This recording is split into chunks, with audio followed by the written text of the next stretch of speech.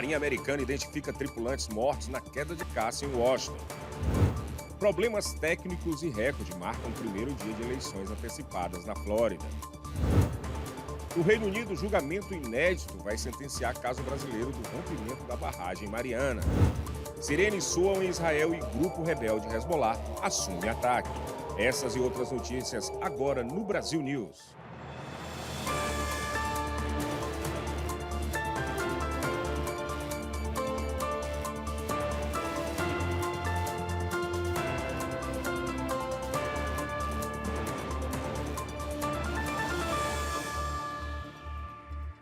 Boa noite. O ex-presidente executivo da marca de roupas Abercrombie é indiciado por tráfico sexual e prostituição. Raquel Freire tem os detalhes.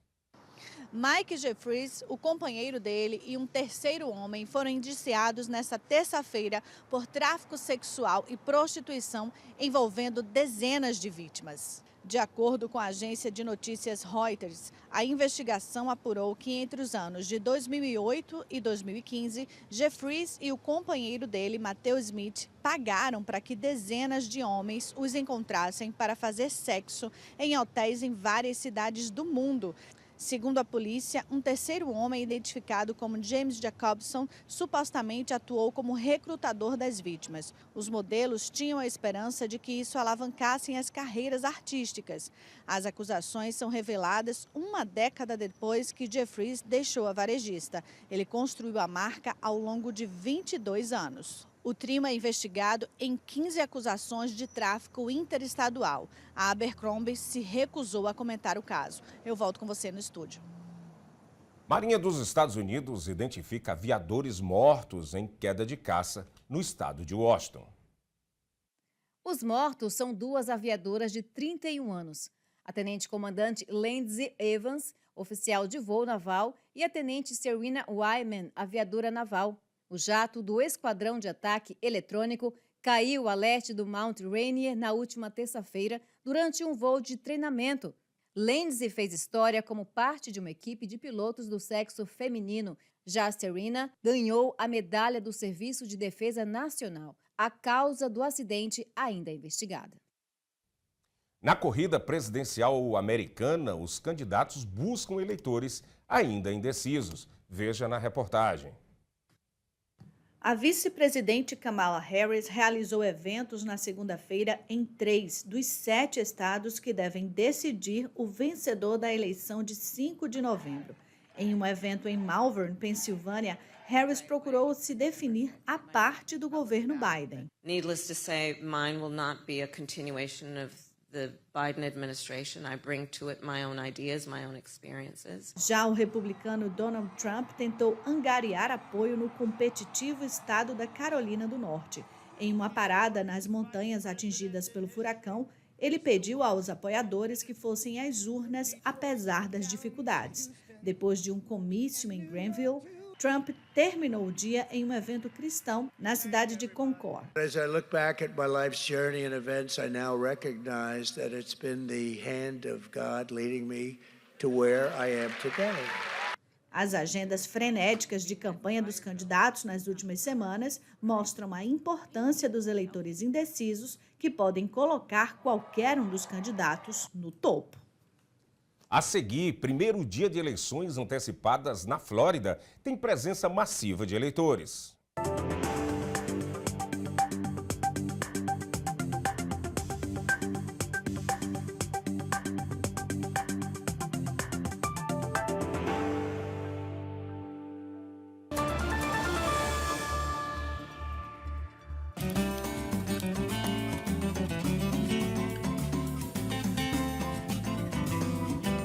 Transforme seu churrasco em uma experiência inesquecível com o mineiro.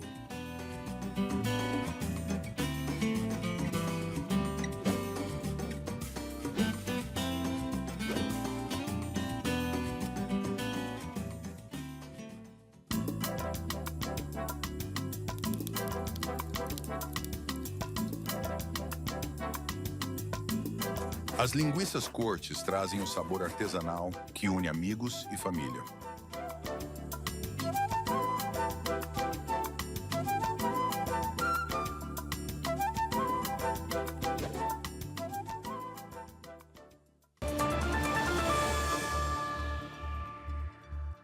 primeiro dia de eleições antecipadas na Flórida foi marcado por problemas técnicos e recorde em comparecimento nas urnas. Lorena Gomes tem as informações. Os locais de votação abriram às 8 da manhã e já tinha fila de eleitores. Nos condados de Lake e Marion, os sites eleitorais travaram. As interrupções causaram preocupação sobre possíveis problemas no dia da eleição. Em um comunicado oficial, a empresa que opera o site garantiu que a votação não foi afetada e que está investigando a causa.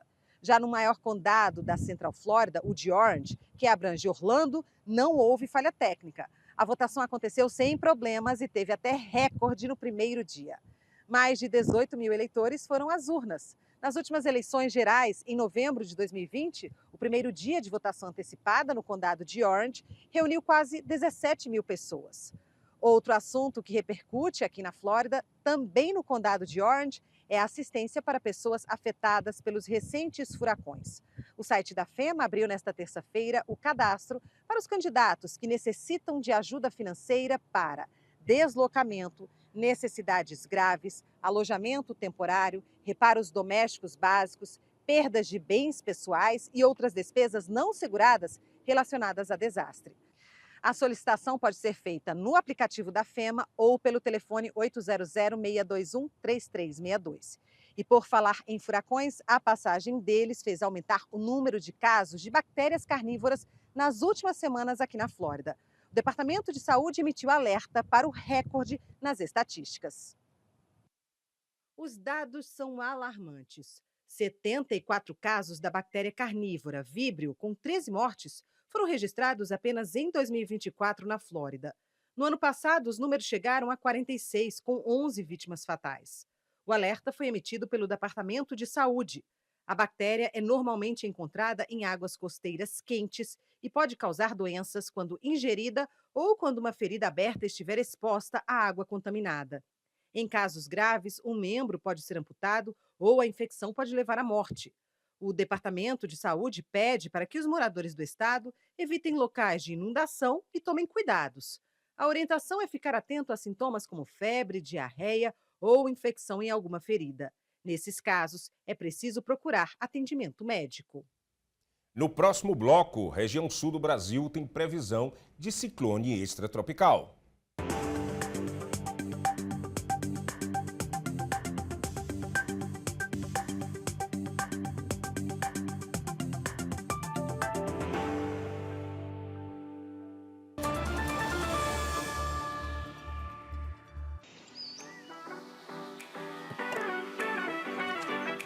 O açaí Triunfo é sua fonte de energia natural e saborosa.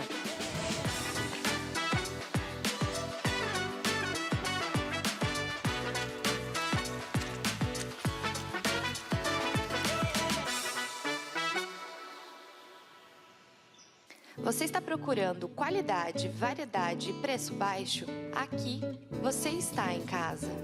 O Seabra Foods tem a maior variedade de produtos brasileiros do mercado e com atendimento mais que especial. Confira. Bife Tibone, 6,49 a libra. Coxa de frango, 99 centavos a libra. Chuchu fresco, 89 centavos cada. Café brasileiro tradicional ou extra forte, 4,49 cada. Olé cogumelos em conserva frasco, 100 gramas, 2,99 cada. Seabra Foods bolo de laranja, 6,99 cada. Está no Seabra, está no Brasil.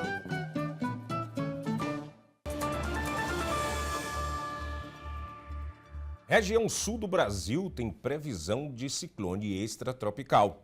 Essa e outras notícias com a correspondente Arlene Balieiro. Boa noite a todos. Mais de 1 tonelada de cocaína foi apreendida no Porto de Santos, em São Paulo, nesta segunda-feira. De acordo com a polícia e a Receita Federal, essa foi a maior apreensão da droga no Brasil. A cocaína estava em meio a uma carga de sucata que tinha como destino a Espanha. Ainda de acordo com a Receita, a droga estava em caixas metálicas, junto com o carregamento de 24 toneladas de sucata. A Polícia Federal abriu um inquérito para investigar a materialidade e a autoria do crime de tráfico internacional de drogas. E o prédio do Supremo Tribunal Federal, o STF, passou por uma perícia no dia de hoje, depois de um princípio de incêndio na noite de segunda-feira. O fogo atingiu o anexo 2 da corte local, onde ficam os gabinetes dos ministros e os plenários das turmas do tribunal. A suspeita é de que o incêndio tenha se propagado a partir do sistema de ar-condicionado. As chamas foram contidas por brigadistas particulares com o auxílio do Corpo de Bombeiros. Ninguém se feriu. E uma pesquisa revelou que o Brasil registrou mais de 150 mil tentativas de fraude em compras virtuais no mês de setembro. O prejuízo poderia chegar perto de 175 milhões de reais.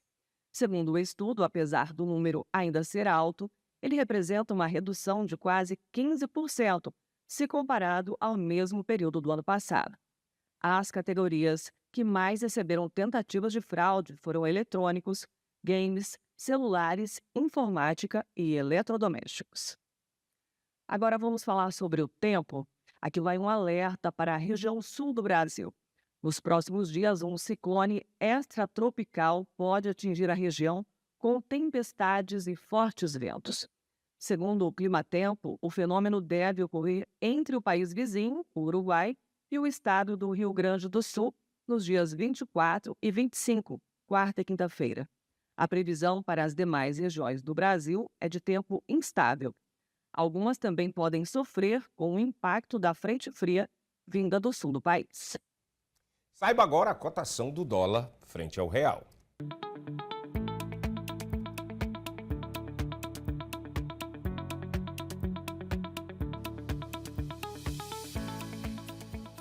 Vamos falar de futebol? O Atlético Mineiro e o River Plate começam hoje a decisão da vaga na final da Libertadores. A partida de ida das semifinais está marcado para as 9h30 da noite no estádio MRV, em Belo Horizonte, horário de Brasília. Lembrando que na noite de segunda-feira, torcedores das duas equipes se envolveram em uma confusão no centro da cidade de Divinópolis. O outro jogo da semifinal será realizado amanhã, entre Botafogo e Peñarol. A seguir, julgamento inédito no Reino Unido vai sentenciar caso brasileiro do rompimento da barragem Mariana.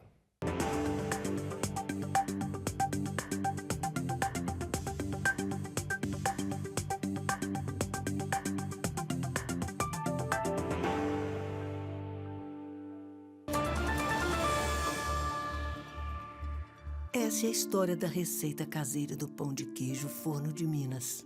Uma história cheia de paixão, ingredientes naturais e muito queijo curado. Feito aqui na Forno de Minas. Crocante por fora, macio por dentro. É impossível esquecer esse sabor, esse cheirinho e, principalmente, esse sentimento. Vó, tá pronto? Forno de Minas. Receitas caseiras e muita paixão.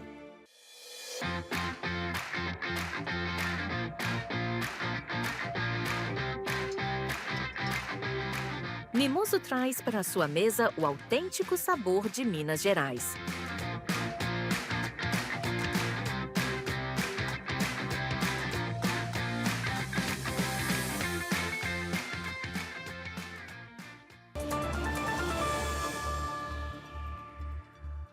E começou ontem um julgamento histórico em Londres sobre o rompimento da barragem Mariana.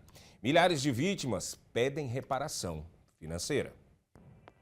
Quase 10 anos se passaram, mas o cenário ainda é o mesmo. A lama e a destruição provocada pelo rompimento da barragem em Mariana, em Minas Gerais, continuam a trazer dor e sofrimento. Esse é um pedaço do rejeito que estava na janela, o rejeito do dia 5. Rejeito que foi destruição, rejeito que levou vida, rejeito que tirou sonhos, rejeito que dividiu comunidade. A lama tóxica inundou florestas e poluiu toda a extensão do Rio Doce. Milhares de pessoas ficaram desabrigadas e 19 morreram. Uma delas era a filha da Pamela. Infelizmente, a gente foi achar a Manu 5 dias depois e ela estava morta a vários quilômetros da onde a gente morava. A barragem de Mariana pertencia e era operada pela Samarco, em acordo comercial entre a multinacional anglo-australiana BHP e a mineradora brasileira Vale. O julgamento da ação contra a BHP no Tribunal Superior de Londres deu início na segunda-feira, mas pode durar meses. As vítimas pedem uma indenização de 36 bilhões de libras pelos danos causados. O que eu espero hoje é que a justiça seja feita na ação de Londres, porque aqui no Brasil eu já perdi a esperança. Mais de 600 mil pessoas, 46 governos locais e cerca de 2.000 empresas estão processando a BHP pela tragédia. Somados, todos os processos equivalem a quase 200 bilhões de reais.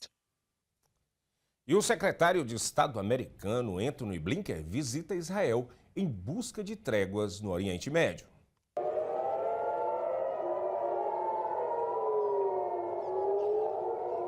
O dia em Tel Aviv, Israel, amanheceu ao som de sirenes de ataque aéreo. O grupo rebelde Hezbollah, que tem o apoio do Irã, assumiu o ataque. O grupo teria bombardeado com mísseis a base de unidade de inteligência militar de Israel, que fica no subúrbio da cidade. No mesmo dia, o secretário de Estado americano, Antony Blinken, chega a Israel. Essa é a 11ª viagem de Blinken ao Oriente Médio desde o início do conflito, há pouco mais de um ano. O objetivo da visita é negociar principalmente um cessar-fogo em Gaza. Na noite desta terça-feira, ele se reuniu por quase 3 horas com o primeiro-ministro Benjamin Netanyahu. E mudando de assunto, abraços mais longos estão proibidos no aeroporto da Nova Zelândia. A novidade curiosa tem inclusive sinalização. O Aeroporto Internacional de Dunedin, na Nova Zelândia, implementou um limite de 3 minutos para abraços de despedida na área de desembarque. A medida pretende evitar congestionamentos. As placas no local sugerem que despedidas mais longas sejam feitas no estacionamento. Não há fiscalização rigorosa, mas visitantes podem ser orientados a se deslocarem para o estacionamento caso sejam flagrados em longos abraços. A demonstração de afeto agora só pode durar até 3 minutos. E com essa eu dou um abraço longo em todos vocês. Essa edição do Brasil News termina aqui, mas você revê todas as nossas notícias, claro, no nosso canal no YouTube. Boa noite.